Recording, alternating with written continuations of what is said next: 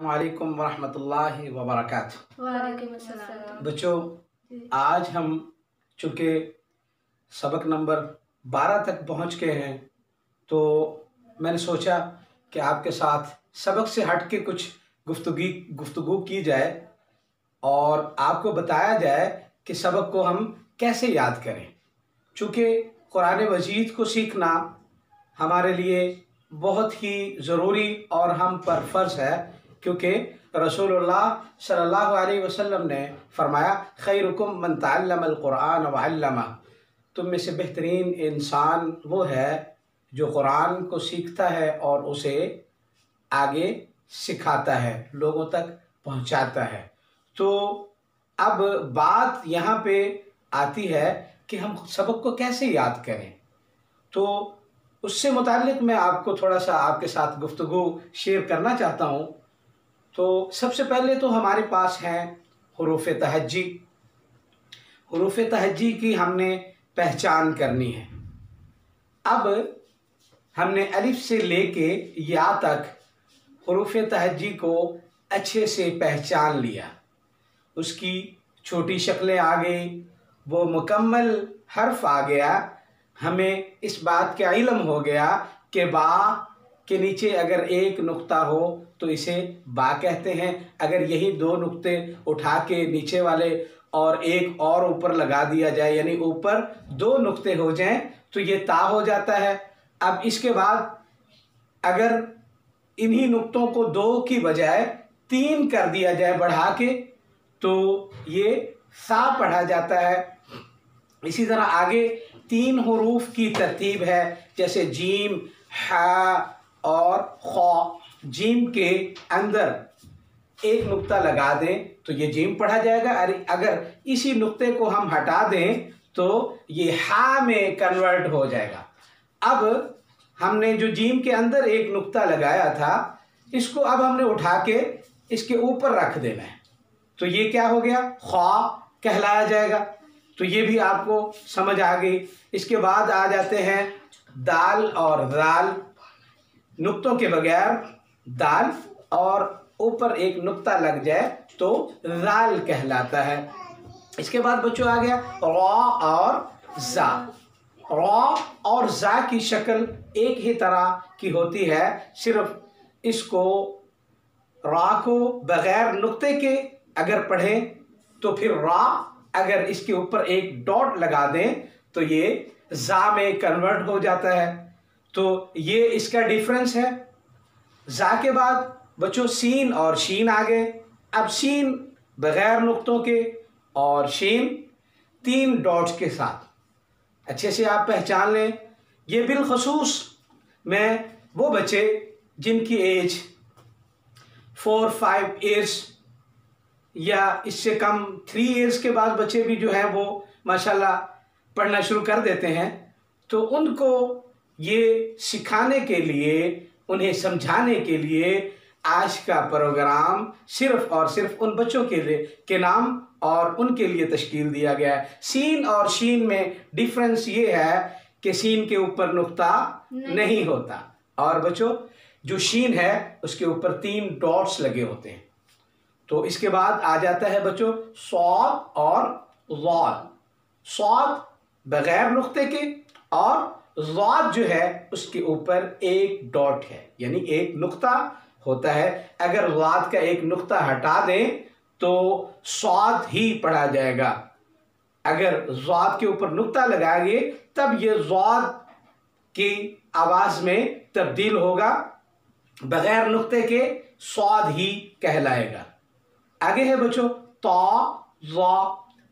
इनकी बनावट यकसा है, एक ही तरह की है। अब डिफरेंस कैसे मालूम होगा कि ता के ऊपर डॉट नहीं होता और ज़ा के ऊपर एक डॉट है। इसके बाद है बच्चों मिलते जुलते हुरूफ, यानी एक ही तस्वीर से जुड़े हुए आइन और गैन। अब आइन और गैन में क्या डिफरेंस है, इसमें कौन तफरीक पैदा करेगा, यही एक डॉट है। आइन के ऊपर अगर एक डॉट लगा दें तो ये गॉइन में तब्दील हो जाता है। अगर इसी डॉट को हम रेस कर दें, हटा दें, तो ये आइन हो जाता है। इसके बाद है बच्चों फा और कौफ।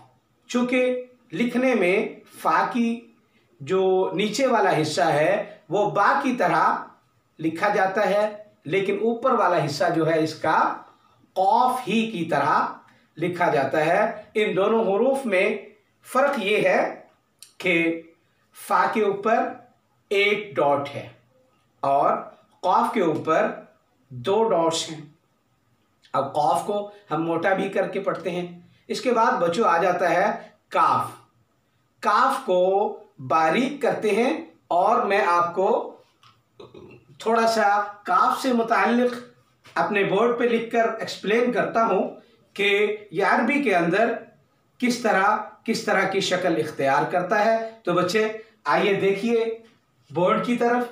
सबसे पहले काफ,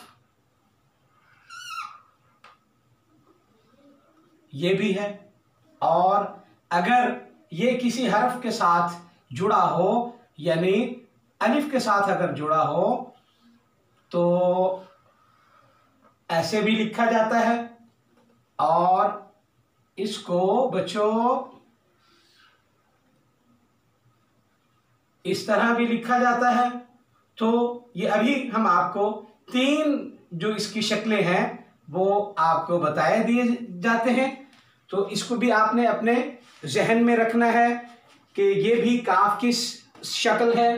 अगर किसी हरफ के साथ काफ लिखा हो तो वो इस तरह भी लिखा जा सकता है। बाज़ दफ़ा हम जब बच्चों को पढ़ाते हैं तो अगले दिन जब हम उनसे सबक सुनते हैं तो वो इस काफ को, ये वाला काफ जो है, इसको या पढ़ते हैं।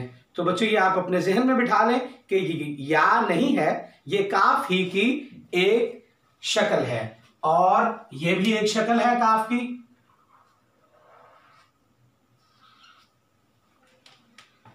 तो काफ से मुताल्लिक हो गया। इसके बाद है बच्चों लाम। लाम यकीनन आप उसे अच्छे तरह समझते हैं कि वो इससे मिलता जुलता कोई हर्फ नहीं है, लेकिन जब हम लाम को शॉर्ट करके लिखते हैं, यानी लाम की आधी शक्ल, तो उसको फिर हमें थोड़ा पहचानने में थोड़ी मुश्किल होती है, बच्चों को खास करके। ये है बच्चों लाम की आधी शक्ल।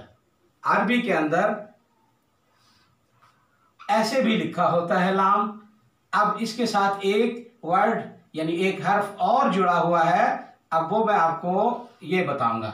अब ये है लाम, ये लाम है, और बच्चों अलिफ, लाम और अलिफ, जैसे लाम और अलिफ, लाम और अलिफ। और इसकी शक्ल जो है वो आप पहचान लें कि बाज़ दफ़ा बच्चे पढ़ने में थोड़ी गलती कर जाते हैं। लाम अगर किसी हर्फ के साथ मिला हो तो ये है ऊपर वाला लाम और नीचे वाला हा। इस बात का तो आपको इल्म होगा कि जब हम हुरूफ लिखना शुरू करते हैं, यानी उसका एक जुमला बनाते हैं, तो पहला हमारा हर्फ का जो पहला लफ्ज़ है, यानी पहला हर्फ है, उसे हम छोटी शक्ल में लिखेंगे। यानी अगर 2 हुरूफ हों, पहला छोटा और दूसरा बड़ा, बड़ी शक्ल में होगा। अब 2 से ज़्यादा हों तो पहला भी आधी शक्ल में, दूसरा भी आधी शक्ल में, और तीसरा पूरा हर्फ लिखा जाएगा। अगर 3 से ज़्यादा हों, पहला भी आधा, दूसरा भी आधा और तीसरा भी आधा, चौथा फिर मुकम्मल हर्फ लिखा जाएगा। तो एक तो इन चीज़ों का ख्याल रखना आपने। तो बच्चों हमने आज लाम के बाद मीम है, मीम की शक्लें आप समझ लें। अरबी में मीम इस तरह भी लिखा जाता है और इस तरह भी लिखा जाता है। अगर किसी हरफ के दरमियान में मीम आ जाए तो वो इस तरह लिखा जाता है। ये दरमियान में मीम आ गया। तो इसके बाद है बच्चों नून।